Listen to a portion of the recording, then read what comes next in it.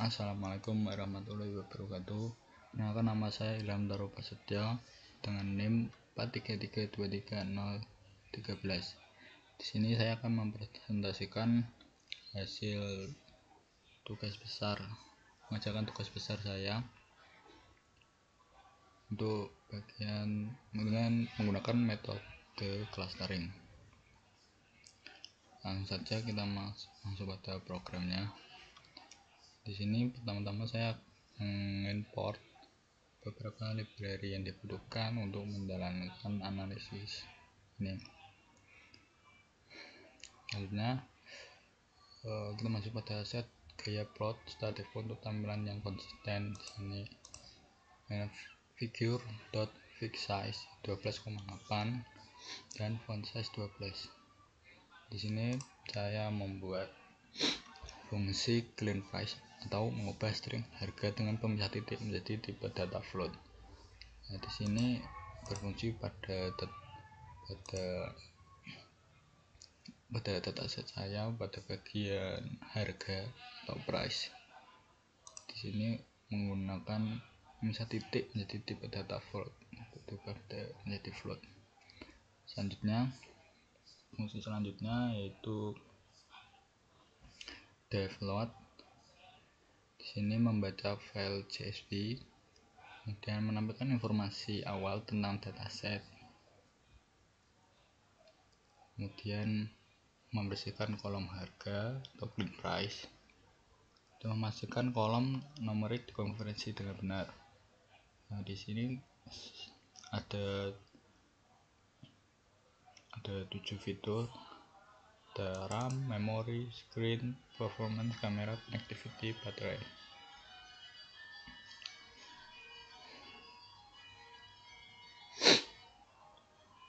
Kemudian di sini menampilkan statistik deskriptif dari fitur yang dipilih.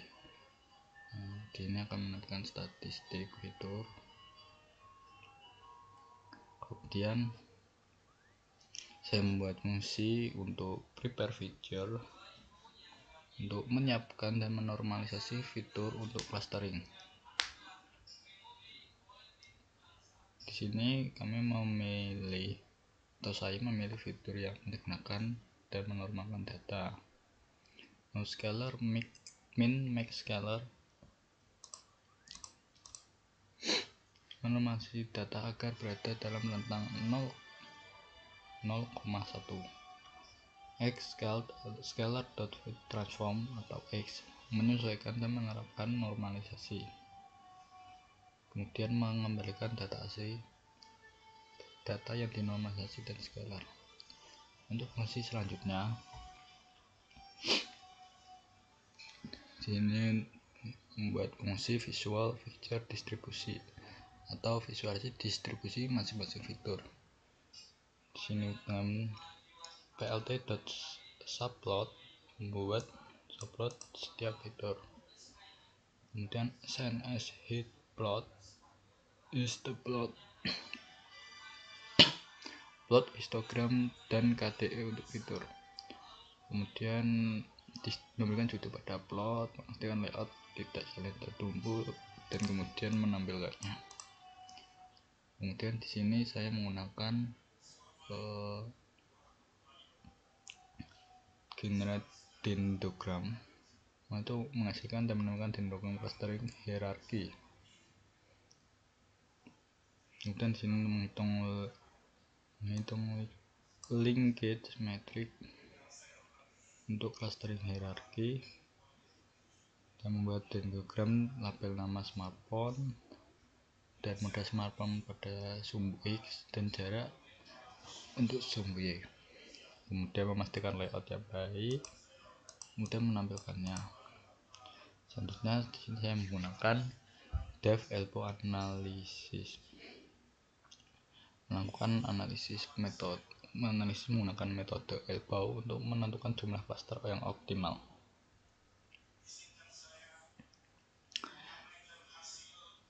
Kemudian daftar untuk menyimpan inertia atau menyimpan skor siluet, menentukan jumlah cluster antara 2 hingga 7.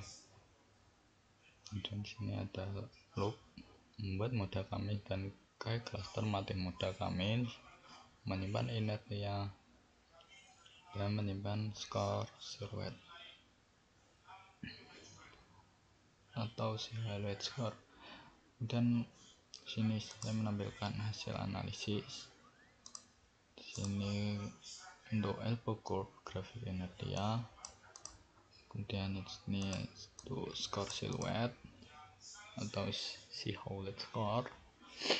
Kemudian ini untuk memastikan apakah layoutnya sudah baik dan ditampilkannya dengan mengembalikan rentan K, inertia, dan silhouette score. Oke, untuk selanjutnya saya membuat fungsi depth cluster comparison atau membandingkan cluster. Dan di sini saya menggunakan clustering Cummins dan clustering hierarchis dan clustering GMM atau Gaussian Mixture Model.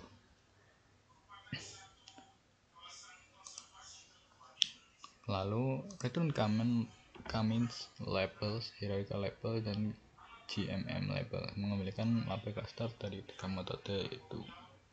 Untuk fungsi yang selanjutnya, membuat fungsi depth visualize clusters, membuat visualisasi hasil clustering. Terus membuat salinan data frame, menambahkan kolom cluster berdasarkan label yang dihasilkan. Di sini untuk membuat visualisasi perbandingan antar fitur. Di sini untuk visualisasi perbandingan antara price dan performance. Dan visualisasi baterai dan kamera dengan memastikan layout dan menampilkan distribusi fitur berdasarkan cluster. Jadi di sini pertama kemudian membuat PLT subplot untuk setiap fitur dan box plot fitur berdasarkan cluster dan memastikan layoutnya kemudian ditampilkan. Selanjutnya untuk fungsi selanjutnya atau depth analyze cluster, menganalisis karakteristik masing-masing cluster, membuat salinan data frame, menambahkan kolom cluster berdasarkan tabel. Nah, di sini analisa cluster, menampilkan hasil analisis cluster seperti jumlah smartphone, merek, rentan harga, rata-rata RAM, rata-rata memori, performa kamera, baterai, model-model terbaik di cluster ini, dan name brand price. Kemudian untuk fungsi utamanya atau fungsi untuk menampilkannya, ini ada analisis clustering smartphone, kemudian mempersiapkan data, menampilkan distribusi fitur, menampilkan dendrogram clustering hierarki, melakukan analisis elbow, menentukan jumlah cluster. Di sini saya menggunakan 4 cluster, membandingkan berbagai metode clustering, kemudian menganalisis dan menampilkan visualisasi hasil clustering, ada Cummins, hierarchical, dan GMM. Langsung selanjutnya analisis sudah selesai, langsung kita masuk ke hasilnya.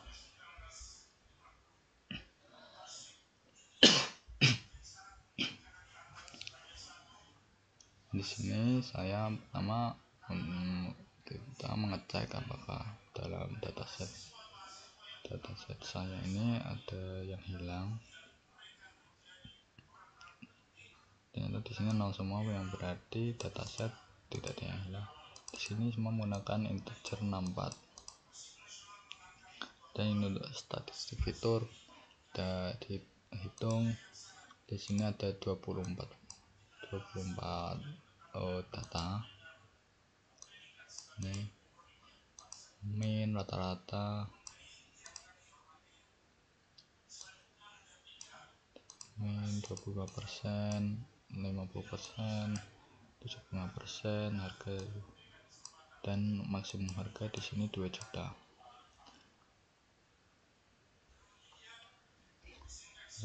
Selanjutnya kita masuk pada distribusi fitur. Yang pertama, distribusi price. Distribusi harga menunjukkan beberapa puncak atau multimodal dengan konsentrasi di sekitar 1,4 sampai 1,6 juta dan 2 juta. Kemudian yang kedua, RAM. Mulai dari RAM yang memiliki handphone yang memiliki RAM 2, 3 dan 4. Kemudian distribusi memori terdapat puncak di 32 GB dan 64 GB, menunjukkan ini adalah kapasitas penyimpanan yang umum. Kemudian masuk yang keempat, performance. Distribusi cenderung normal dengan puncak di sekitar 5,5 sampai 6. Kemudian kita masuk pada kamera. Ke kamera terkonsentrasi antara 4 sampai 5 dengan beberapa outliner di skor tinggi. Kemudian nomor 6, connectivity. Distribusi mendekati normal dengan puncak di 5 sampai 6. Kemudian distribusi baterai dengan puncak di 8. Oke, kita masuk yang selanjutnya atau dendrogram clustering hierarchy. Di sini menampilkan hasil pengumpulan sinergi smartphone berdasarkan smart fitur. Sumbu Y menunjukkan jarak atau ketidakmiripan antar klaster. Warna berbeda, ada oranye, ada hijau, menunjukkan pembagian klaster utama. Terus menunjukkan bagaimana smartphone dikelompokkan secara bertahap berdasarkan kemiripan fitur mereka. Jadi di sini dikelompokkan sesuai klaster yang mirip sesuai klasternya.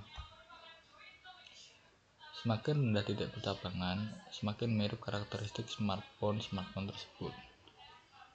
Kemudian kita masuk pada analisis elbow dan analisis skor silhouette. Di sini terdiri dari dua grafik. Di metode elbow pertama, sumbu X jumlah klaster K dari 2 sampai 7 dan sumbu Y nilai inertia total varians dan klaster. Grafik menurun tajam hingga K sama dengan 4, kemudian mulai melandai,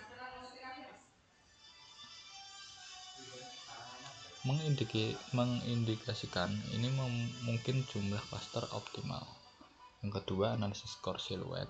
Sumbu X jumlah klaster dan sumbu Y skor silhouette. Skor tertinggi ada pada klaster 2, namun menurun signifikan setelahnya, relatif stabil setelah K sama klaster 3 menunjukkan penambahan klaster ini tidak memberikan peningkatan kualitas yang signifikan. Kemudian kita masuk ke visualisasi scatter plot dan box plot menunjukkan scatter plot price versus performance, menampilkan hubungan antara harga dan performa untuk setiap klaster dengan warna berbeda. Scatter plot baterai versus kamera. Di sini menunjukkan hubungan antara baterai dan kamera. Dimana di sini ada 4 klaster 0, 1 dan 2 dan 3. Terus box plot untuk setiap fitur menunjukkan distribusi nilai. Jadi untuk price sesuai dengan 18 dan sesuai dengan klasternya dan 1,8 sampai 2, klaster 1 dari 1,3 1,5, 2 dari 1,6 1,8. Kemudian untuk langsung ke performance, di sini performance hampir mirip untuk setiap klasternya. kamera, connectivity, dan baterai per cluster. Nah, di sini ada analisis cluster Cummins. Cluster 0 cuma smartphone ada 3, merek Poco, Vivo, Xiaomi, dan rentan harga 1.799 sampai 2 juta.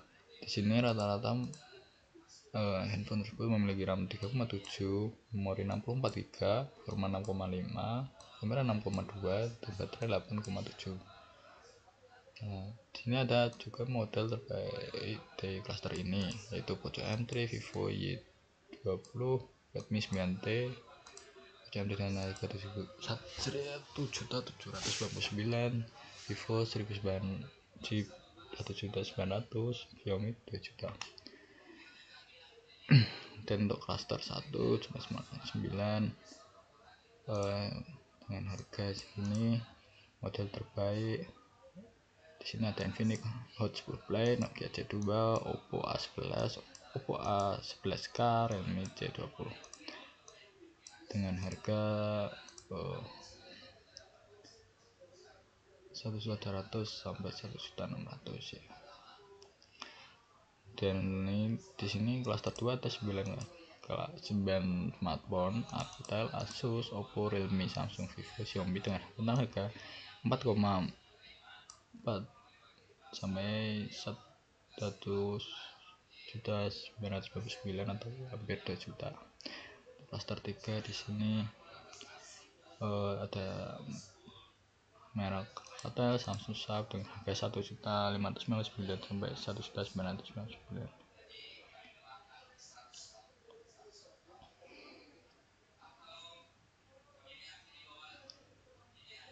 Terus di sini untuk box plot bagian bawah, di sini price per cluster 0 dengan harga tertinggi 1,8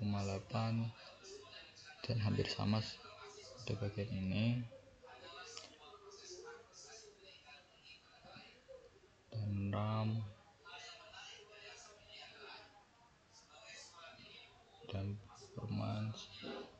performa tertinggi di 6 sampai 6,5, performa relatif mirip di 5 sampai 5,5 untuk kamera berkelas terus sekitar 5,5 sampai 6,5 untuk connectivity di rentang skor 4,5 sampai 6,5 untuk baterai di sekitar 8 sampai 9. Untuk cluster 1 skor baterai terendah, dan cluster 3 untuk skor baterai menengah.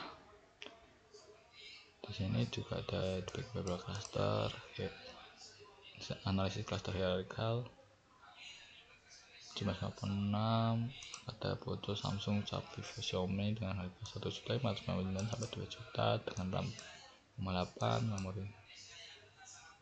Dan model yang terbaik ada 1 SE, Poco M3, Samsung Galaxy A2, Sharp Aquos, VSH, CO2, Vivo Y20. Kemudian untuk cluster 1 dengan harga 1,3 335 sampai 1,999. Dan model yang terbaik pada cluster ini ada Nokia, Oppo A11, Oppo A11K, Samsung Galaxy A10s, Samsung Galaxy J7. Dan untuk cluster 2 di sini ada 4 smartphone Infinix,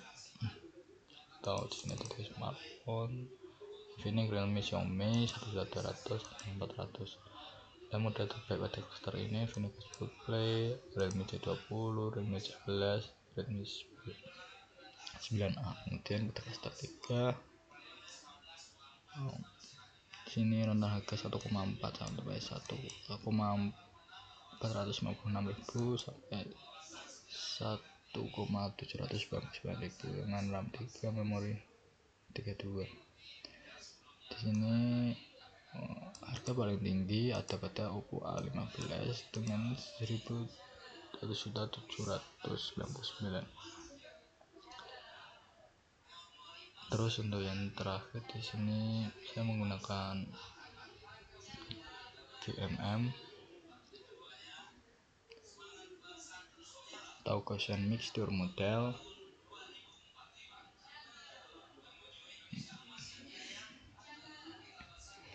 Kita masuk ke scatter plot bagian atas. Untuk harga versus performance kiri menampilkan hubungan antara X-aksis dan performa Y-aksis. Setiap titik mewakili smartphone dengan warna berbeda untuk tiap cluster. Sistem berbeda untuk setiap brand, Alcatel, Asus, Infinix, dan lain-lain. Terlihat adanya korelasi positif, semakin tinggi harga cenderung semakin tinggi performa. Kemudian yang ini baterai view kamera menampilkan hubungan antara kapasitas baterai dan kamera menggunakan pola pewarnaan dan simbol yang sama dengan plot sebelumnya. Distribusi lebih menyebar menunjukkan korelasi yang lebih lemah. Korelasi lemah antar brand sesuai dengan baterai dan kameranya. Kemudian kita masuk pada box plot price per cluster. Ini hampir sama seperti yang di atas. Kita performance dari 6 sampai 6,5, kamera dari cluster 6 memiliki kamera tertinggi, terus connectivity cluster 6 konektivitas tertinggi. Untuk baterai terbaik di sini ada pada cluster 0. Jadi kemungkinan cluster 0 ini memiliki harga yang lebih tinggi. Di sini ada 3 kamera smartphone Poco, Vivo, Xiaomi dengan harga 1,799 sampai 2 juta. RAM 3,7, 64. Dan model terbaik ada cluster ini ada Poco, M3, Vivo Y20, Redmi 9T. Cluster ke-1 Infinix, Nokia, Oppo, Realme, Samsung, Vivo, Xiaomi 1.209 sampai 1.699. Model terbaik pada cluster ini Infinix, A10 Play, Nokia, Oppo A11, Oppo 11K, Redmi C20. Dan untuk pada cluster 2 ini ada Alcatel, Asus, Oppo, Realme, Samsung, Vivo, Xiaomi. Di sini ada 9 smartphone 1,45 sampai 1.456.000 sampai 1.999. Rata-rata RAM nomor 30 nomor. Ada terbaik ada Alcatel 1S, Zenfone 4 MB, Oppo A15, Redmi C21, Samsung Galaxy A11. Terus ada cluster yang terakhir, ada cluster ketiga di sini. Ada cuma 3 smartphone dengan harga 1,599 sampai 1.999. Rata-rata memiliki RAM 4, memori 64, performa 5,5, rata 5,1, rata 6,1. Model terbaik di cluster ini ada Alcatel 1SE, Samsung Galaxy A02s, Sharp, Aqua VSH02. Sekian presentasi dari tugas besar saya.